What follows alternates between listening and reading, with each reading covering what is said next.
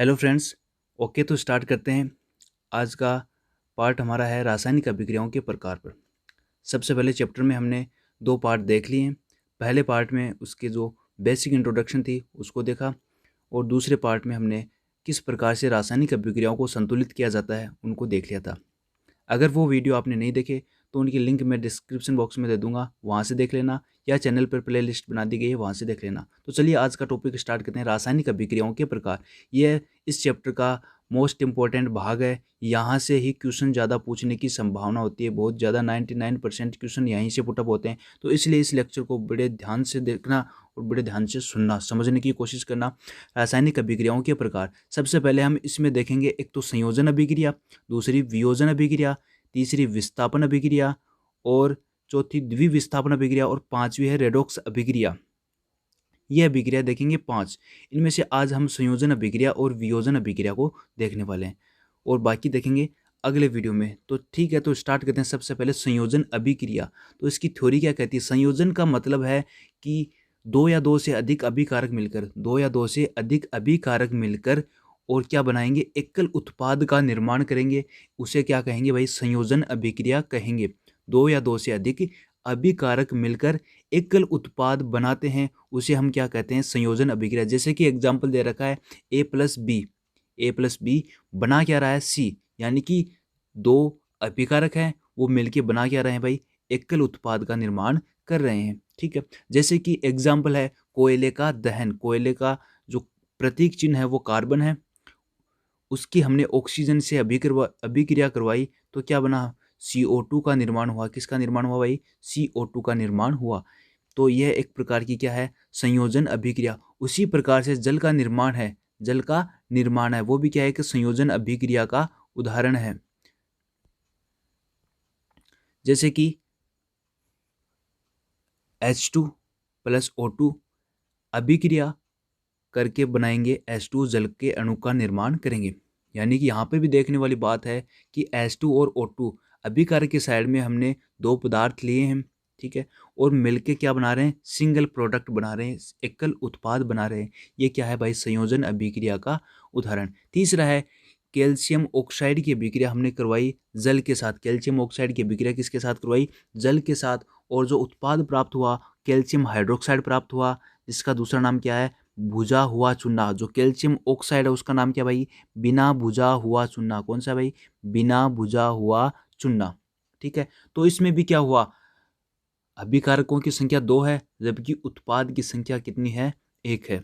तो इस प्रकार की अभिक्रियाओं को हम क्या कहेंगे? संयोजन अभिक्रिया। इसमें एक पार्ट देखेंगे हम, ऊष्माक्षेपी अभिक्रिया। क्या? ऊष्माक्षेपी अभिक्रिया। यानी कि ऊष्माक्षेपी अभिक्रिया में क्या होगा कि अभिक्रिया के अंतर्गत ऊष्मा का उत्सर्जन होगा। ऊष्मा का क्या होगा भाई? उत्सर्जन होगा। उन अभिक्रियाओं को हम बोलेंगे ऊष्माक्षेपी अभिक्रिया। जिन अभिक्रियाओं में उत्पाद के निर्माण के साथ साथ किसका उत्सर्जन हो? ऊष्मा का उत्सर्जन हो, ऊष्माक्षेपी अभिक्रिया कहलाती है। जैसे कि इसका एग्जाम्पल है प्राकृतिक गैस का दहन। प्राकृतिक गैस का रासायनिक सूत्र होता है CH4। उसकी हमने करवाई ऑक्सीजन से अभिक्रिया। किससे करवाई? ऑक्सीजन से अभिक्रिया करवाई। तो प्रोडक्ट क्या प्राप्त हुआ? CO2 और H2। साथ में देखो यहाँ पर मोस्ट इंपॉर्टेंट जो पार्ट है वो क्या प्राप्त हुआ? ऊर्जा का निर्माण हुआ। किसका निर्माण हुआ? ऊर्जा का। और ये अभिक्रिया यही कहती है कि अभिक्रिया होगी और उसके बाद में अगर ऊर्जा का निर्माण हो, जिन भी अभिक्रियाओं में ऊर्जा का निर्माण हो, उत्सर्जन हो, तो उन अभिक्रियाओं को हम क्या बोलेंगे? ऊष्माक्षेपी अभिक्रिया। तो यानी कि प्राकृतिक गैस का दहन एक प्रकार की ऊष्माक्षेपी अभिक्रिया है। इसके बाद में हम नेक्स्ट इसका जो उदाहरण देखते हैं वो श्वसन। जो श्वसन करते हैं, श्वसन भी क्या भाई? एक प्रकार की ऊष्माक्षेपी अभिक्रिया। श्वसन क्या है? एक प्रकार की ऊष्माक्षेपी अभिक्रिया। यहाँ पे देखो श्वसन के अंतर्गत हम क्या करते हैं? ऑक्सीजन ग्रहण करते हैं। जो शरीर की कोशिका हैं उनके अंदर क्या पाया जाता है? ग्लूकोज पाया जाता है। उसकी अभिक्रिया ऑक्सीजन से होगी और क्या बनेगा? CO2 और H2। CO2 और H2 के साथ में देखो ध्यान से, यहाँ पर क्या बन रहा है? CO2 और H2 के साथ में क्या बन रही है? यहाँ पे ऊर्जा बन रही है। यानी कि ये ऊर्जा है, यही बताएगी कि एक प्रकार की श्वसन क्या है? ऊष्माक्षेपी अभिक्रिया। श्वसन क्या है? एक प्रकार की ऊष्माक्षेपी अभिक्रिया। अब नेक्स्ट हम देखते हैं वियोजन अभिक्रिया। वियोजन अभिक्रिया। वियोजन अभिक्रिया क्या कहती है भाई? कि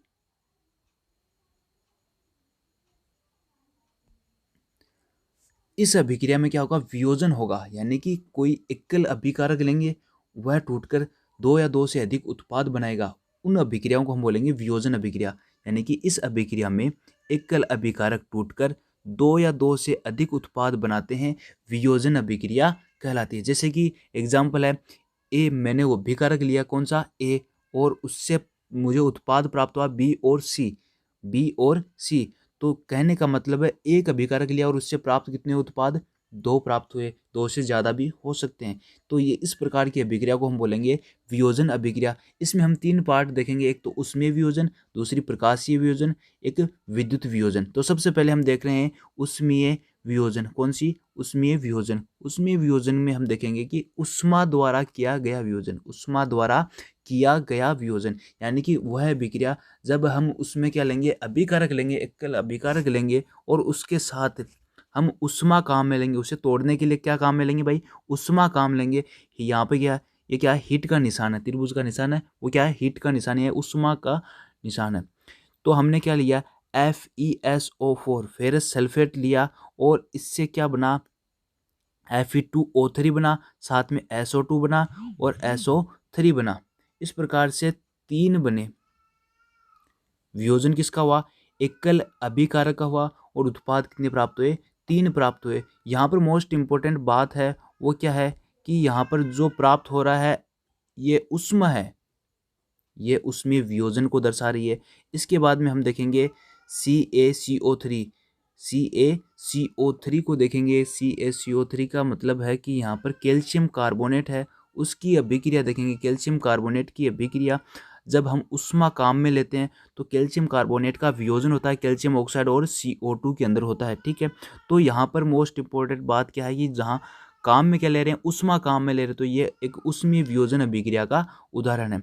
नेक्स्ट हम तीसरी बात करते हैं जो वैद्युत वियोजन अभिक्रिया है। किसकी बात करते हैं भाई, वैद्युत वियोजन अभिक्रिया की। इसमें क्या काम में लेंगे, वियोजन करने के लिए जो विद्युत धारा का काम में लेंगे। विद्युत धारा प्रवाहित कर होने वाला वियोजन क्या कहलाता है, वैद्युत वियोजन कहलाता है। जिसमें इंपॉर्टेंट एग्जाम्पल है जल का वैद्युत वियोजन या जल का विद्युत अपघटन बोलते हैं जिसको। जल में हमने क्या करवाई, धारा प्रवाहित की, क्या की, विद्युत धारा प्रवाहित की और क्या बना, H2O और O2 का निर्माण हुआ, ठीक है। ये क्या, एक प्रकार का जल का वैद्युत अपघटन, ठीक है। अब नेक्स्ट बात करते हैं हम प्रकाशीय वियोजन के बारे में। प्रकाशीय वियोजन के बारे में, प्रकाशीय वियोजन क्या कहता है कि सूर्य के प्रकाश की उपस्थिति में, सूर्य के प्रकाश की उपस्थिति में होने वाले वियोजन को क्या कहते हैं भाई, प्रकाशीय वियोजन। जैसे कि AgCl है, जब उसको सूर्य के प्रकाश में रखा जाता है, AgCl को किस में रखा जाता है, सूर्य के प्रकाश में, तो प्रोडक्ट बनता है Ag+Cl2। तो ये एक प्रकार की क्या है, प्रकाशीय वियोजन अभिक्रिया का उदाहरण है। दूसरा है AgBr है, उसको भी हमने सूर्य के प्रकाश में रखा तो Ag बना और Br2 बन गया।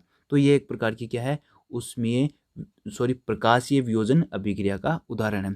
इस प्रकार की अभिक्रिया का उपयोग हम किस में करते हैं, श्वेत श्याम फोटोग्राफी में करते हैं, ब्लैक एंड व्हाइट फोटोग्राफी में करते हैं। अब नेक्स्ट हम बात करने वाले हैं उष्माशोषी अभिक्रिया के बारे में। उष्माशोषी अभिक्रिया किसे कहते हैं, जिन अभिक्रियाओं में अभिकारकों को तोड़ने के लिए उष्मा प्रकाश या विद्युत ऊर्जा की आवश्यकता होती है उन्हें क्या कहते हैं, उष्माशोषी अभिक्रिया। जैसे कि अभी अभी हमने जितनी भी वियोजन अभिक्रिया देखी थी वो सारी की सारी कौन सी अभिक्रिया थी, उष्माशोषी अभिक्रिया। क्यों भाई, उनमें सभी में अभिकारकों को तोड़ने के लिए कहाँ पे उष्मा काम में ली गई, तो कहाँ पे प्रकाश काम में लिया गया और कहाँ पर विद्युत ऊर्जा काम में ली गई। इनको काम में लेकर ही जो अभिकारक है उनको तोड़ के उत्पाद प्राप्त किए गए। तो इस प्रकार की अभिक्रिया कहलाती है उष्माशोषी अभिक्रिया, ठीक है। उष्माशोषी अभिक्रिया के उदाहरण कौन से हो जाएंगे, जो ऊपर वियोजन अभिक्रिया के अंतर्गत हम उदाहरण लिए थे वही इसके उदाहरण हो जाएंगे, ठीक है। तो आज के लिए इतने काफ़ी। अब अगली जो अभिक्रिया है जैसे कि विस्थापन अभिक्रिया है, द्विविस्थापन अभिक्रिया है, रेडॉक्स अभिक्रिया है, इनके बारे में जो अगला पार्ट आएगा उसमें देखेंगे। तब तक के लिए धन्यवाद।